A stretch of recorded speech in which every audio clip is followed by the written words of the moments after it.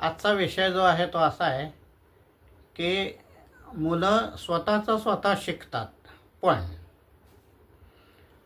कदाचित तुम्हा सगळ्यांना हे पहिल्यांदा ऐकून आश्चर्य वाटेल, काहींना जरा काहीतरी वेगळं वाटेल, पण हे सत्य आहे की मुलं नेहमी सगळ्या गोष्टी स्वतः शिकत असतात. तर यामध्ये आपण पहिल्यांदा लहानपणापासून मुलांचा विचार करा. लहानपणी मूल ज्यावेळेला रांगायला लागतं ते कसं कोणी शिकवतं? तर कोण शिकवतं? बसायला लागतं, हळूहळू कशाला तरी धरून उभं राहायला लागतं, हळूहळू पुढं पाऊल टाकायला लागतं, पळायला लागतं, उड्या मारायला लागतं, जिना चढायला लागतं. सगळ्या गोष्टी स्वतः करतात, कोणी शिकवायला लागत नाही. त्याच्या पुढं जाऊन मुलं आणखीन पुढच्या वयामध्ये वेगवेगळे खेळ खेळायला शिकतात. कोणी बॉल खेळायला शिकतं, कोणी क्रिकेट खेळायला शिकतं, कोणी गोट्या खेळायला शिकतं, कोणी खो खो खेळायला शिकतं. आणि हे सगळं मुलं स्वतः पण इतरांच्या मदतीने आणि त्यांचं पाहून त्यांचा काही भाग घेत असं ते सगळं शिकतात. म्हणजे इतरांची मदत घेत आणि स्वतःचे प्रयत्न करत अशा पद्धतीने पण स्वतः शिकतात. हे झालं खेळण्याच्या बद्दलचं. पण पुढं आणखीन मोठेपणी थोडंसं मुलं सायकल स्वतः शिकतात, मोबाईल वापरायला स्वतः शिकतात. इतकंच नाही, पण काही नको त्या गोष्टीसुद्धा शिकतात. तेव्हा मुद्दा हा महत्त्वाचा की मुलं स्वतः शिकतात.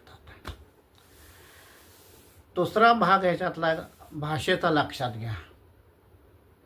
लहानपणी मुलं दा बा असं आधी बोलायला लागतात आणि त्याच्याही आधी त्यांचे चेहऱ्याचे सगळे हावभाव आणि डोळे आणि तोंड हे तुम्हाला बरंच काही सांगत असतं, ते करायला शिकतात. नंतर दादा बाबा वगैरे असे शब्द शिकतात, 2 अक्षरे. मग हळूहळू 2-2 3-3 शब्द एकत्र बोलायला शिकतात, मग वाक्य बोलायला शिकतात. आणि मग पुढं काही काळानंतर आपण घरात जी भाषा बोलतो ती आपल्यासारखी ती व्यवस्थितपणे बोलायला शिकतात. हे कोणीही त्यांना शिकवायला जात नसतं. हे नुसतं ऐकून आणि पुन्हा तसं उच्चार करत मुलं स्वतः शिकतात. तेव्हा आपला पुन्हा मुद्दा दुसरा लक्षात घ्या की मुलं स्वतः शिकतात. अशा अनेक गोष्टी.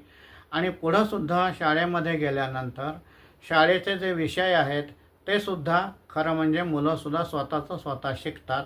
पण मगाशी मी म्हणलो तसं शिक्षकांची त्याला मदत होऊ शकते, इतर मुलांची, वर्गातल्या मुलांची सुद्धा मदत होऊ शकते. त्यामुळे अशा रीतीने हा समाजातल्या इतर सगळ्या लोकांची मदत घेत पालकांची, इतर मित्रांची, शिक्षकांची मुलं नेहमी स्वतः शिकतात. हा आपला मुद्दा. पण आपला विषयाचा जो भाग आहे तो असा आहे की मुलं स्वतः शिकतात. पण हा पण फार महत्त्वाचा आहे. जरी मुलं असं स्वतः शिकत असतात तरीसुद्धा मग मुलांमध्ये असं वेगळेपणा का दिसतो? काही मुलं प्रगती जास्त दाखवतात, काही मुलं प्रगती कमी दाखवतात वगैरे असं आपल्याला वाटतं. ते का घडतं असं? तर ह्या सगळ्या गोष्टी ज्या आहेत या आपण इथून पुढच्या भागामध्ये पाहणार आहोत.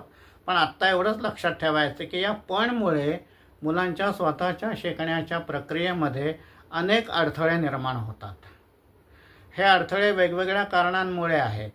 आपल्या शिक्षणाच्या पद्धतीमुळे आहेत, आपल्या एकूण वातावरणामध्ये काही दोष आहेत, आपण जे काही मोकळीक वगैरे देतो ते किती देतो त्यामध्ये काही दोष आहेत, साधनं साहित्य कोणते वापरायचे असतील त्यामध्ये आहेत, त्या मुलाचे आधीचे जे सगळे अनुभव आहेत सगळे आजूबाजूचे समाजातले ते आहेत, त्याचा परिणाम होत असतो. तर हे सगळं वातावरणातले भाग आणि त्याला मिळणाऱ्या संधी किती मिळतात, त्याला सरावाची संधी किती मिळते, त्याला प्रोत्साहन किती मिळतं, त्याला आडकाठी उगीचच किती केली जाते, दबाव किती आणला जातो, दडपण, शिस्त, या सगळ्या गोष्टींचा परिणाम होऊन हा पण तयार होतो. आणि या पणमुळे मुलं जरी स्वतः शिकत असली, तर क्षमता त्यांच्यामध्ये असली तरीसुद्धा सगळ्या मुलांची प्रगती सारखी होत नाही. आणि म्हणून मुलं स्वतः शिकतात, पण हे अडथळे त्यांची प्रगती थोपवतात. हा मुद्दा सगळ्यांनी लक्षात घ्यावा. आपण हे अडथळे नंतर पुढच्या भागामध्ये सविस्तर पाहणार आहोत. प्रत्येक मुद्दा सविस्तर पाहणार आहोत आणि तो अडथळा दूर कसा करता येतो तेही पाहणार आहोत. नमस्कार. या व्हिडिओच्या अखेरीस हा एक प्रश्न आपल्याला पाठवित आहे.